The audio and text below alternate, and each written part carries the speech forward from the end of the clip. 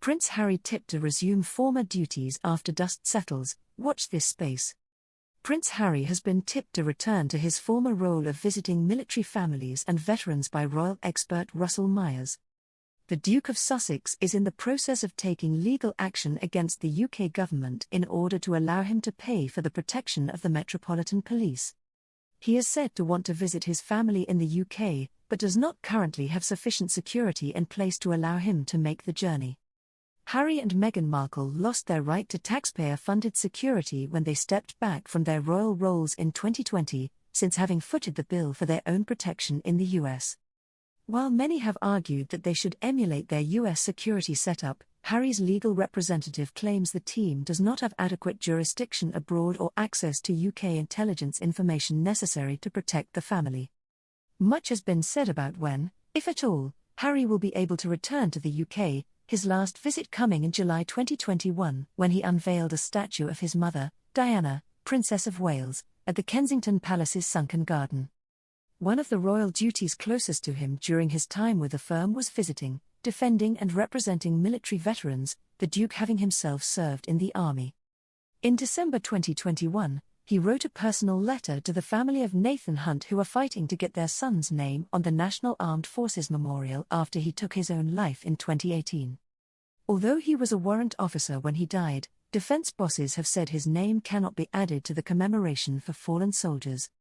Harry told his parents Maria and Derek, "I deeply empathize with what your family is going through and so wish I could assist formally, had I been in the same role I once was." He added, "Grief can be a long and burdensome road. Please know that you and your family remain in my thoughts." Zoe Forsey, the current host of Pod Save the Queen, and Russell Myers, the Daily Mirror's royal editor, in December discussed Harry's reaching out to the family and how it may be a sign of his future role in relation to the military and its veterans. Speaking during the podcast, Ms. Forsey said, "It's things like this that make it look like Harry is really realizing that he can't do stuff like that anymore, but he's still making the effort to contact people to share his feelings and offer his sympathies, which I think is the better side of Harry that people have loved and they miss."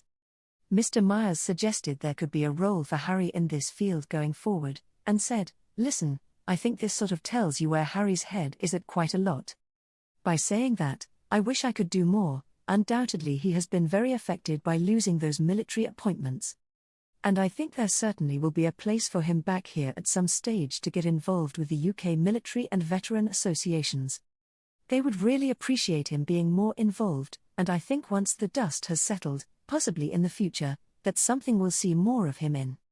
We've got Invictus Games coming up next April in The Hague, so watch this space." Harry established the Invictus Games in 2014 after being inspired by the Warrior Games during a visit to the US a year before. It is an event that sees sick and injured former and current servicemen and women come head-to-head in an array of competitive sports. This year's Games will mark the first time in 3 years the competition has gone ahead, having been skipped in 2019 and then postponed because of the coronavirus pandemic in 2020 and 2021. The Hague will welcome the military personnel and veterans over the course of 6 days from April 16th. Harry, on losing his military titles, is said to have been devastated. Because he stood down from his royal role, he was stripped of his honorary royal titles including Honorary Air Commandant of RAF Honington in Suffolk, Commodore-in-Chief, Small Ships, and Diving, Royal Naval Command, and Captain General of the Royal Marines. But while his titles were taken away, he holds on to fond memories of serving his country on the front line.